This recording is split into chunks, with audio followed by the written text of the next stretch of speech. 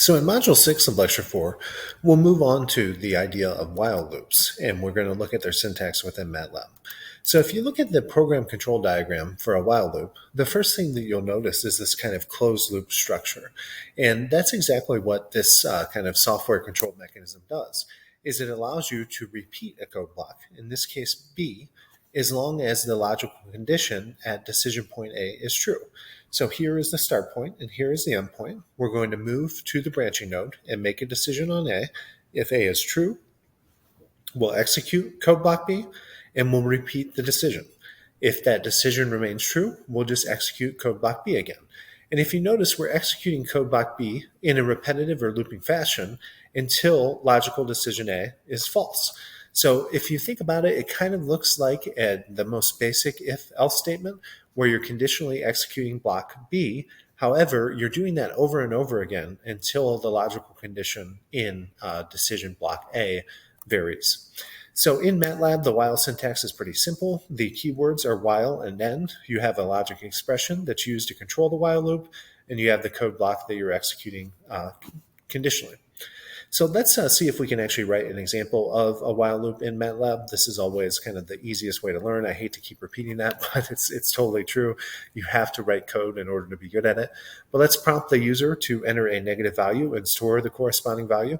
And until the user has entered a negative value, let's prompt them again.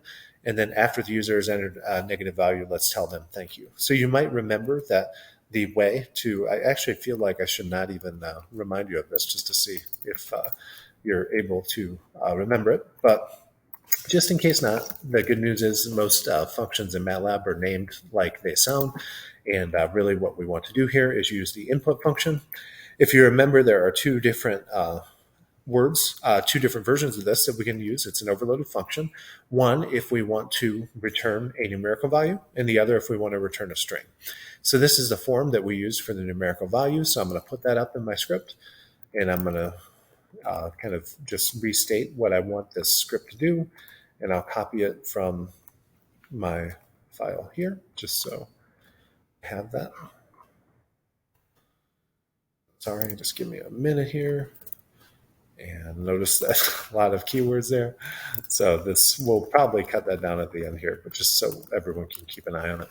So we want to prompt them to do what? And you can actually define the prompt separately as a variable if you want, but we want to prompt them to enter a negative value. And I think I've told you beforehand that you can define a literal string in MATLAB with either single kind of apostrophes or double quotations. So I'm going to terminate that and we will be good. So you can always just check and make sure that the code executes as you want. If you notice, it's asking me to enter a negative value. If I type in 5 or 4, it's storing that within the result variable. So that's good. So if you remember, if you want this to go on a new line, use the \n. That's called an actual break character within a string. If we re-execute that, we'll note that the value that I'm entering is going on a new line now.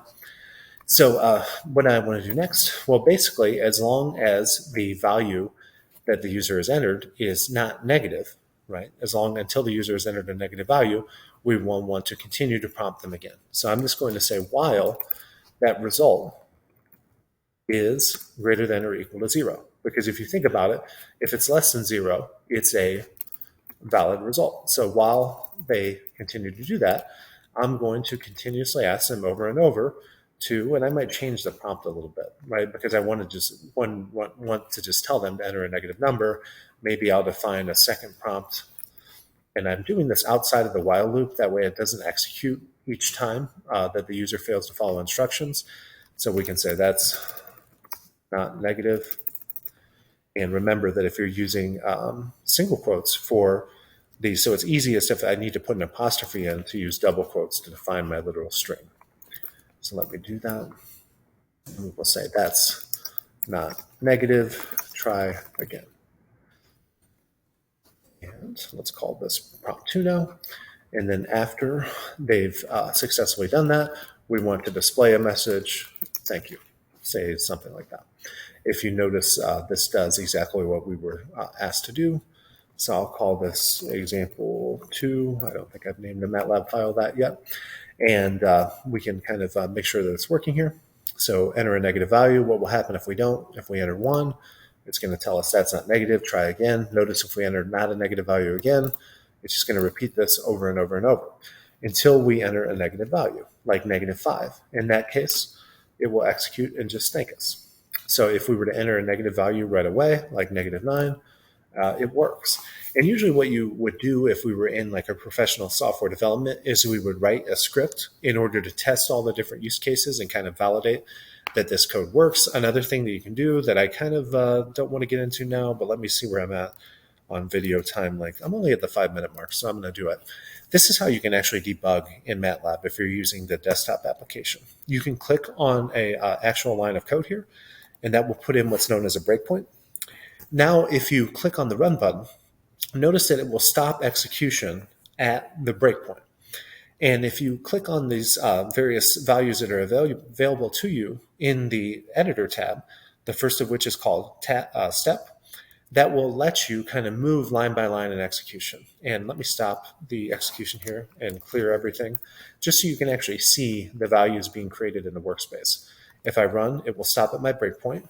If I step through line 7, you'll notice that prompt is defined as a string within my workspace. If I step again through line 8, now I have prompt 2 defined. If I step, it will actually print my prompt to the command window and look to take my negative value. If I enter 5, you can actually see result defined as 5. Then if you want to see like what is actually happening in your conditional execution, sometimes what I'll do is I'll copy the logical expression that I'm actually evaluating and just look on the command window what it is. Usually this isn't an example like this. This is when you have kind of a more complex calculation going on. So if you notice in this case, this is resulting to a logical 1 because I'm using my while loop to repeatedly display to the end user that they have not entered a valid value. So since I entered 5, the while loop will execute. I didn't enter anything, so it's telling me that's not negative. Try again. Let me enter a wrong value like 3. And you notice after it gets to the end, it will, as we expect, repeat the execution because the result is still greater than 0. But the second I enter a negative number and I step through, where are we at here? Sorry, I don't think it took my value. There we go. Now result changed to -4. If you rewind in the video, probably what happened is where I was up in the script here, it didn't actually take my negative input and store it. Yeah, some reason I just entered a -4. That's what's going on. But now that I've recorded a negative value and I step, you'll notice that the while loop stops its execution and you display the message to the user. So that's actually how you use breakpoints. You can define multiple breakpoints. If you want to turn them on, you just left click over on the line number that has the breakpoint again. And if you notice, it tells you what that actual breakpoint is doing, pausing execution at line 7. And of course, in this file, line 7 is the actual first line of code because lines 1 through 6 are all a big comment. So hopefully that gives you the basic of a while loop as a kind of conditional execution structure. It allows you to repeat a code block until a condition is met. And hopefully you were able to see and retain a little bit about the debugging process using breakpoints and stepping through the code in sequence using the various tools available for you in the MATLAB application.